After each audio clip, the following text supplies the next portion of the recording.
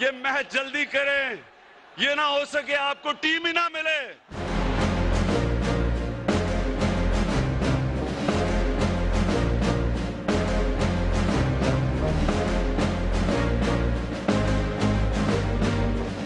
मैंने कहा मैं बागी हूँ, हाँ मैं बागी हूँ, हाँ मैं बागी हूँ, हाँ मैं बागी हूँ।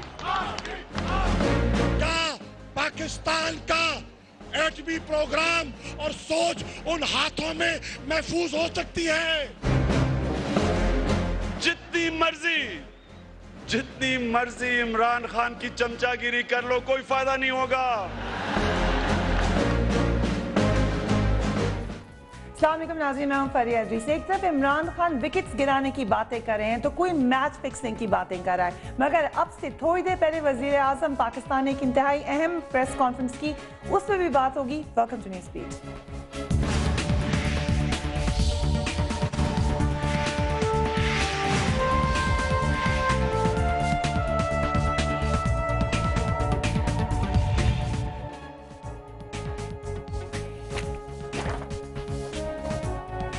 इंतहाई अहम डेवलपमेंट कल से लेकर अब तक हो चुकी है। एक तरफ तो इमरान खान साहब ने कराची का जलसा कर दिया, दूसरी तरफ अब से थोड़ी देर पहले वज़ीर आज़म पाकिस्तान ने कुछ इंतहाई अहम बातें की। वज़ीर आज़म कहते हैं कि जनरल कियानी और DGISI को हटाने का फैसला नहीं किया, हटाने की बात अहमकों का तासुर है। मीडिया को मुझसे ज्यादा पता है कि कौन सी जमात एस्टैब्लिशमेंट की हामी है, और वो यकीनन कर रहे थे इमरान खान साहब का। कप्तान साहब का मसला यह है कि उन्होंने गुज़िश्ता 2 माह में पीपी, मुस्लिम लीग काफ और मुस्लिम लीग नून के रहनुमाओं पर जो जादू की झप्पी डाली है, उसने तमाम सियासी जमातों को एक तरफ हैरान और परेशान कर दिया है, दूसरी तरफ पीपल्स पार्टी जो उनको पहले एक तरीके से सपोर्ट कर रही थी, वो आज पाकिस्तान मुस्लिम लीग नून को रिस्पॉन्सिबल ऑपोजिशन कह रहे हैं वज़ीर आज़म साहब, जबकि एस्टैब्लिशमेंट की पार्टी होने का तासुर इमरान खान साहब की पार्टी को दिया जा रहा है। कप्तान तो शुरू ही से प्यार मोहब्बत की बातें करते आए हैं, मगर पहले उनकी बातों का किसी पर कोई असर क्यों नहीं हुआ, और अब अचानक उनकी मोहब्बत भरी झप्पियों में किसने ऐसा जादू डाल दिया जो सब लोग उनकी जानिब खिंचे चले आ रहे हैं, और ये इंतजार हो रहा है कि कप्तान अब किसकी विकेट उड़ाने जा रहे हैं। एस्टैब्लिशमेंट ने हमेशा पाकिस्तान की सियासत में मरकजी किरदार अदा किया है। सियासी जमातें हों या सियासी इत्तेहाद, हर एक पर एस्टैब्लिशमेंट की हिमायत का इल्जाम लगा है। पाकिस्तान तहरीक इंसाफ में दीगर जमातों के रहनुमाओं की तेजी से शमूलियत पर भी एस्टैब्लिशमेंट की सरपरस्ती का इल्जाम अब लग रहा है, मगर एस्टैब्लिशमेंट के एक बड़े बागी जावेद हाशमी की तहरीक इंसाफ में शमूलियत ने यह सवाल खड़ा कर दिया है कि कप्तान पर एस्टैब्लिशमेंट की सरपरस्ती के इल्जाम में कितनी जान है, जबकि इमरान खान ने इस जलसे में मियां साहब को एक पैगाम भी दिया है। पहले देखिए उन्होंने क्या कहा। मियां नवाज शरीफ ने कहा है कि 10 ओवर का मैच खेल लो मेरे से।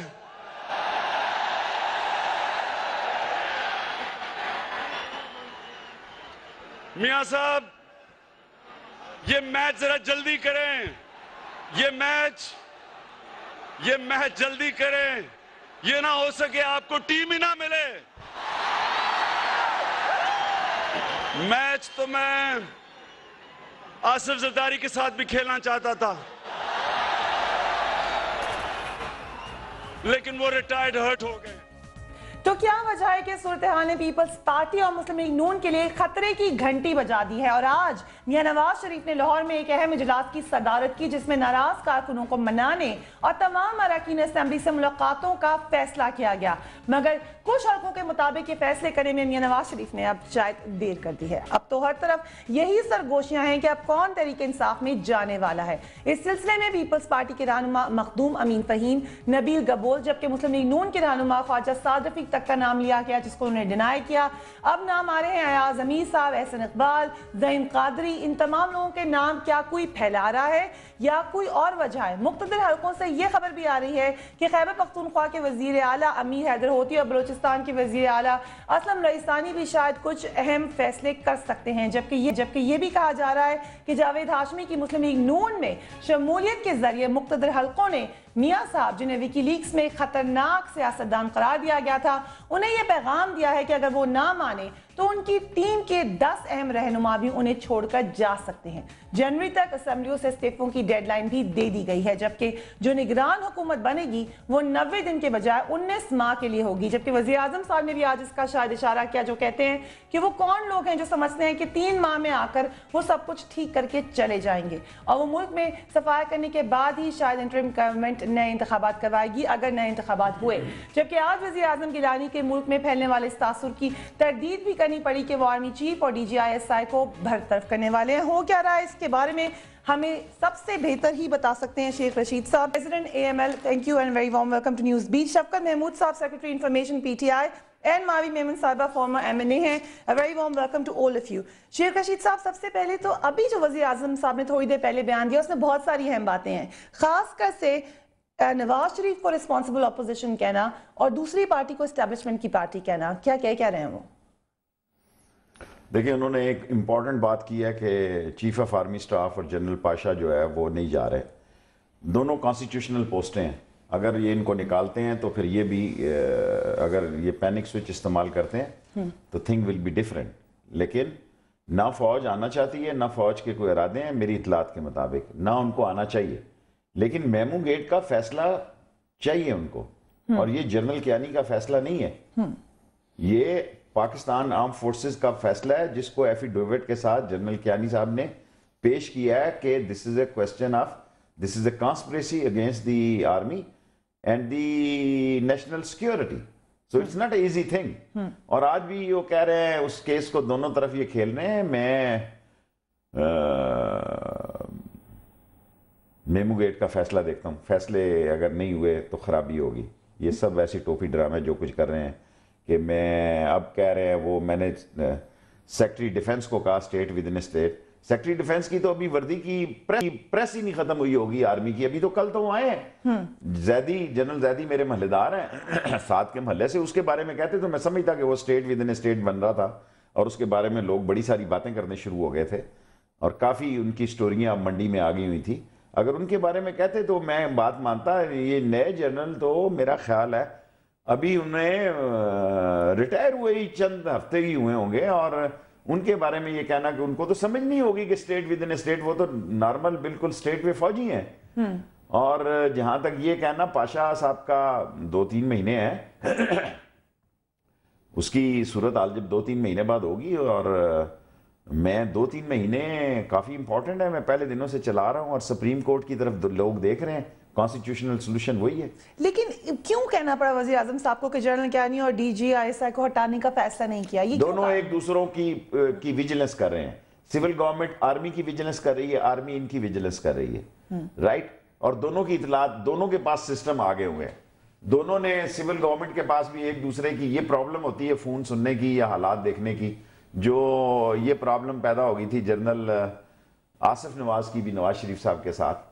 और उन्होंने एक दिन मुझे एयरपोर्ट पे रोका और उन्होंने मुझे कहा कि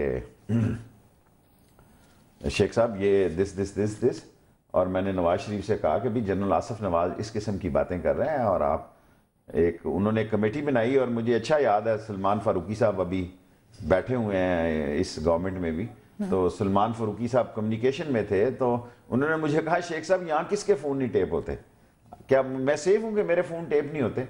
सो बाज़ का जो है दोनों अवेयर थे, विजिलेंस थी, दोनों एक दूसरे के मामलात को देख रहे थे और देख रहे हैं। और मैं समझता हूँ फौज ना आनी चाहिए, ना उनका इरादा है, लेकिन अगर लंबी पींगे डाल के सुप्रीम कोर्ट भी बैठी रहे और ये कहे कि 4-4 साल के फैसले जो हैं वो अभी मजीद लंबी डेटे जाएंगी, तो फिर कौम में तो कोई निकलेगा जी। जरूरी नहीं है कि ये अब 1 लाख या 2 लाख के मजमे का सवाल है, ये 18 करोड़ लोगों का सवाल है।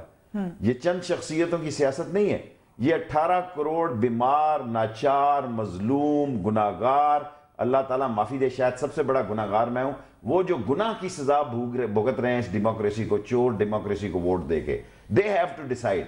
और मैं इंशाअल्लाह ताला उम्मीद करता हूं, मैंने 9 मार्च को लियाकत बाग में जलसा रखा है, पहले दिफाए पाकिस्तान का भी, मैं उम्मीद करता हूं कि लोग अब निकलेंगे, लोग तब्दीली चाहते हैं। तब्दीली, अगर आप उसको ये कह दें कि तब्दीली जो है ये पार्लियामेंट जो है ये पार्लियामेंट लोगों को समझ नहीं आ रही, लोगों में ज़हनी शऊर इस मकाम पे नहीं है। कह रहे हैं कि सेनेट के इलेक्शन के बाद हम इलेक्शन अनाउंस कर देंगे। सेनेट में तो पीपल्स पार्टी आ रही है। किसी बेवकूफ को अगर ये बात समझ नहीं आ रही जो ये कह रहे हैं कि सेनेट के बाद हम जनरल, अगर हाउस अपर हाउस में पीपल्स पार्टी आ जाती है, लोअर हाउस में आप बना लें, क्या इस मुल्क में तब्दीली आएगी? खून खराबा होगा, सिविल वॉर होगी अल्टीमेटली। तो जो भी तब्दीली आएगी वो सेनेट से पहले देखते हैं। मैं तो सुप्रीम कोर्ट को फैसला जो है सारी कौम उससे तोके रखती है, वरना ये गंद पड़ने जा रहा है। इतना बड़ा गंद पड़ेगा किसी आने वाली हुकूमत से भी नहीं संभाला जाएगा। इकॉनमी डिजास्टर है, इन्वेस्टमेंट खत्म है, अदारे खत्म है, गैस नहीं है, बिजली नहीं है, चोरों के मामलात हैं, और प्राइम मिनिस्टर अपने आप को बड़े ईमान की मूरत बनाए बैठे। इस दुनिया अर्ज में सबसे ज्यादा करप्ट आदमी इस मुल्क का प्राइम मिनिस्टर और उसकी औलाद है, इवन उसका ससुराल है। ये क्या कर रहे हैं लोगों के साथ? तबाही बर्बादी कर रहे हैं। बहुत बड़ी बात आपने यहाँ पे की है। लेकिन परवेज रशीद साहब, मुझे बताइएगा, आज वज़ीर आज़म ने कह दिया कि आप लोग रिस्पॉन्सिबल ऑपोजिशन है और आपसे कोई खतरा नहीं है, तो उन्होंने एंडोर्स कर दिया कि आप लोग फिर फ्रेंडली ऑपोजिशन ही है।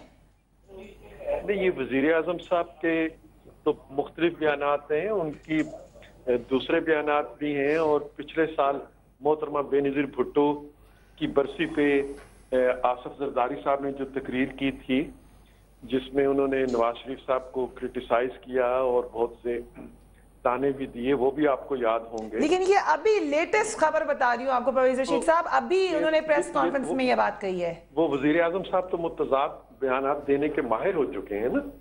हमें किसी के फतवे की जरूरत नहीं है और ना हम किसी के फतवे को अपना रास्ता बनाने के लिए कोई रहनुमा असूल समझते हैं।